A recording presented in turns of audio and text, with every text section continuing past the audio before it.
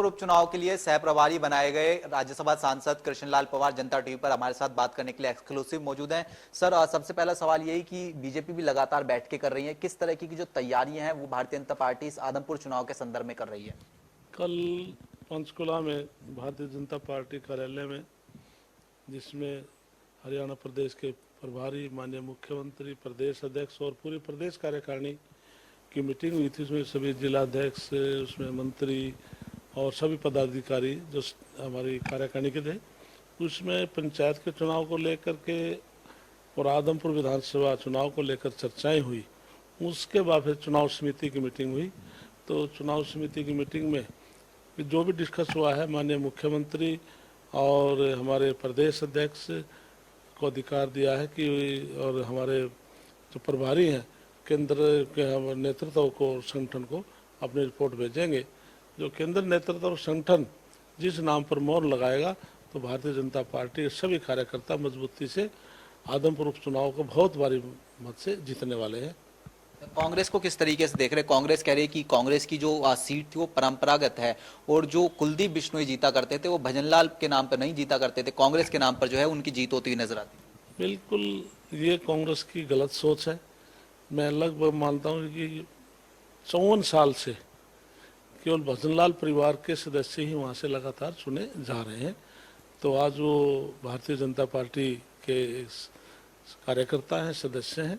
तो इसलिए निश्चित तौर पर उस परिवार के प्रति, क्योंकि चौधरी भजनलाल के साथ भी 19 में जो मुख्यमंत्री थे, तो मैं पहली बार विधायक बना था, तो उनकी कार्यशैली है, उससे पहले भी मुख्यमंत्री रहे हैं, बहुत लंबे समय तक 12-13 साल मुख्यमंत्री हो रहे हैं। तो उन्होंने आदमपुर विधानसभा में विकास के काम कराए हैं और ज़्यादा लोगों के टच में रहे हैं, सेवा की है। इसलिए उस सेवा का फल लगातार वहाँ की जनता 54 साल से उस परिवार को दे रही है। तो निश्चित तौर पर अब ये संगठन तय करेगा कि किसको टिकट मिलेगी। तो इसमें से उनके परिवार को मिले, जिस भी को कार्यकर्ता को टिकट भारतीय जनता पार्टी की मोहर लगेगी, वो आदमपुर से निश्चित तौर पर जीतेगा।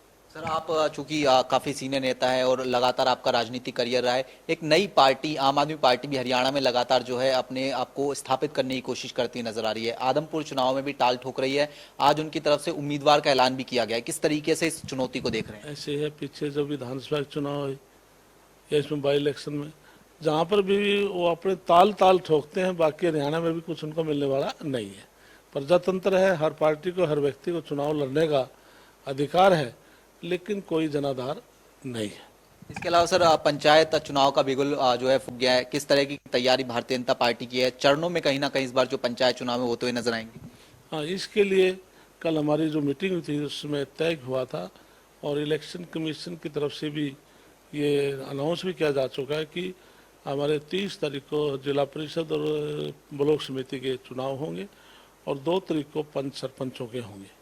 तो इसलिए 11 जिले की लिस्ट आज आ चुकी है और 11 के बारे में इलेक्शन कमीशन को हमने अपनी तरफ से रिपोर्ट भेज दी। तो इलेक्शन कमीशन डेट तय करके अपने हिसाब से अनाउंस करेगा। एक सर, सभी लोग ये देख रहे हैं कि टिकट वितरण कब तक होता हुआ नजर आएगा हरियाणा में? अगर आदमपुर चुनाव के संदर्भ में बात करते हैं, किस तरह की तैयारी चल रही है और उसके साथ साथ जमीनी मुद्दे किस तरीके से जो है आप उठाते हुए नजर आएंगे? क्योंकि हम देख रहे हैं कि पिछले दिनों कुलदीप बिश्नोई ने मुख्यमंत्री जी से मुलाकात की थी, तमाम जो कार्य पेंडिंग थे उनको पूरी कराने की कोशिश जो है वो कहीं ना कहीं होती हुई नजर आई। तो क्या क्या मसले जो है आप देख रहे हैं कि इस बार जो है चुनाव में रहने वाले हैं? ऐसे भारतीय जनता पार्टी माननीय मनोहर लाल के नेतृत्व में दूसरी बार ये सरकार चल रही है, लेकिन मैं कह सकता हूं कि मैंने 25 साल से ज़्यादा मेरा विधानसभा लगातार अनुभव रहा है। मैंने 5-6 मुख्यमंत्रियों के साथ काम भी किया है।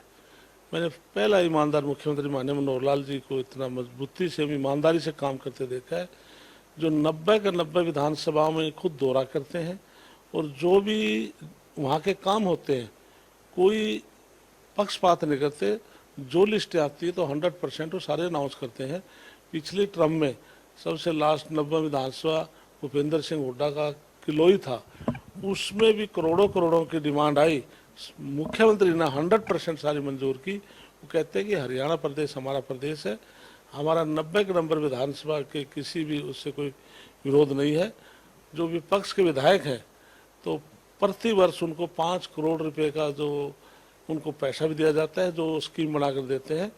तो वो भी काम सरकार करती है। एडिशनल सरकार जो भी कोई मूलभूत सुविधाएं जो विपक्ष का या सत्ता पक्ष का विधानसभा है उसमें करवाती है। अंतिम प्रश्न रहेगा सर, पिछले दो जो उपचुनाव हुए हैं उसमें विपक्षी पार्टियों की जीत हुई है। बड़ौदा की बात करें कांग्रेस जीती, एलनाबाद की बात करें इनेलो जीती। चुनौती कहीं ना कहीं है बीजेपी के सामने कि इस बार जो है मजबूती के साथ लड़ना है, जीत कर आना है। इसमें चाहे बड़ौदा विधानसभा है, चाहे एलना विधानसभा है, सदावो भारतीय जनता पार्टी के पास कभी भी नहीं रहा। लेकिन वो ऐसे विधानसभा हैं जो लगभग लोकदल पर रहे हैं, या बीच में को कांग्रेस का आया होगा, आया था बहुत पहले, लेकिन ये लगभग इनेलो के पास रहे हैं। इसमें बीजेपी का कोई जनाधार इन विधानसभा में नहीं था।